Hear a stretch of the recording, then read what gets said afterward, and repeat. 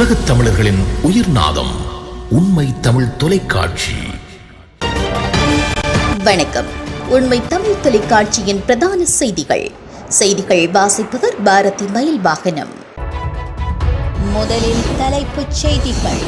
இலங்கை ராணுவம் குறித்து விசாரணை, விடுக்கப்பட்ட முக்கிய கோரிக்கை. முச்சக்கர வண்டிக்குள் நடந்த கொடுமை, விசாரணையில் அம்பலமான தகவல். யாழில் ஏற்பட்ட விபத்தில் மோட்டார் சைக்கிள் சில்லுக்குள் துண்டாகி கிடக்கும் கால்பாதம். யாழில் பாடசாலை மாணவி கிண்ண சாதனை, நேரில் சந்தித்து பாராட்டிய ரணில். சுவிட்சர்லாந்தில் நடுவீதியில் சண்டையிட்ட தமிழ் அமைப்புகள்.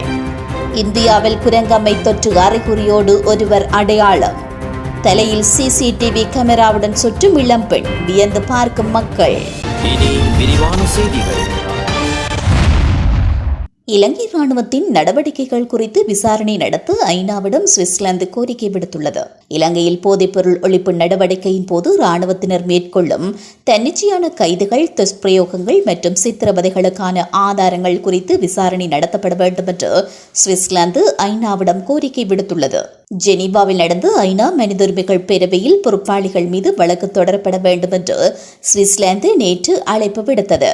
இலங்கையில் புதிய அடக்குமுறை சட்டங்களை ஏற்றுக்கொள்வது அல்லது முன்மொழிவது குறித்து சுவிட்சர்லாந்து கவலை அடைந்துள்ளதாக ஜெனீவாவில் உள்ள ஐநாவிற்கான சுவிஸ் தூதுவர் தெரிவித்துள்ளார். ஐநா மனித உரிமைகளுக்கான உயர் ஆணையர் வோல்கர் டர்கரை போலவே அவருக்கு முன்பும் அவர் குறிப்பாக இணைய பாதுகாப்பு மற்றும் அரசு சார அமைப்புகளுக்கு எதிரான சட்டங்களை கண்டித்தார். குறிப்பாக ஆன்லைன் பாதுகாப்பு மற்றும் அரசாங்கத்திற்கு எதிராக செயல்படும் என்ஜிஓக்கள் மீது கட்டுப்பாடுகள் விதிக்கும் சட்டங்களை இலங்கை அறிமுகப்படுத்துவதால் நெருக்கடியான சூழல் உருவாகியுள்ளதாகவும் அவர் கூறினார். ஏற்கனவே ஐநா மனித உரிமைகள் ஆணையர் வோல்கர் டர்க் இந்த சட்டங்கள் அடிப்படை உரிமைகளை கெடுக்கும் வகையில் இருக்கக்கூடும் என கண்டனம் தெரிவித்திருந்தமையும் குறிப்பிடத்தக்கது.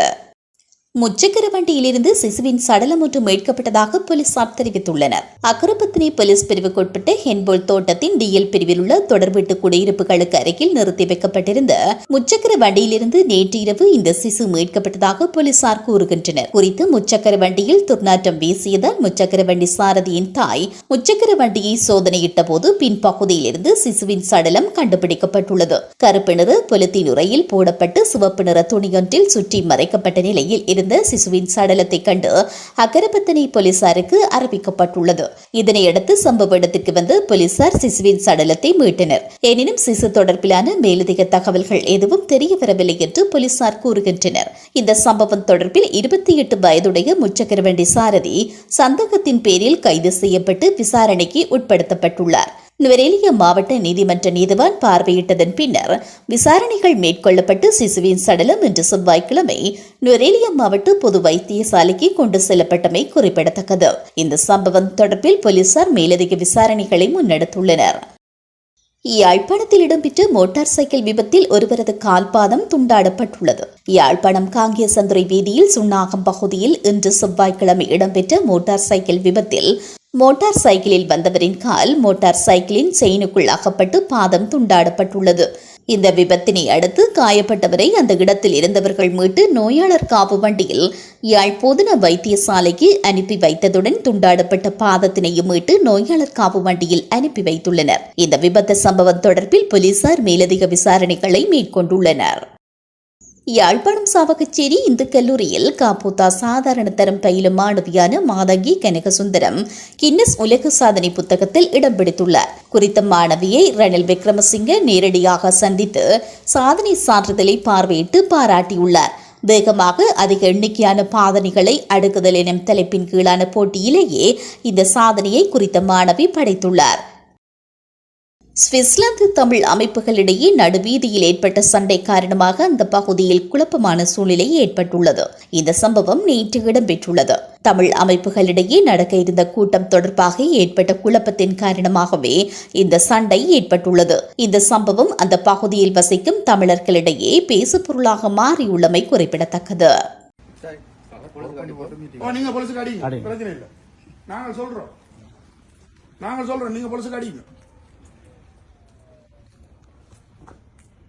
பொறுப்பில் இல்லாதவர் என்னென்ன மீட்டிங் வைக்கலாம்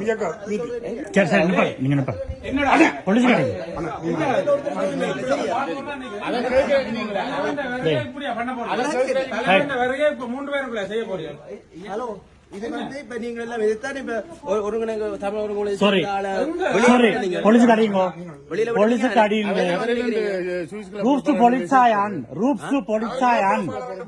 Rules to Polizeian. Rules to Polizeian. Rules to Polizeian. Rules to Polizeian. Rules to Polizeian. Rules to Polizeian.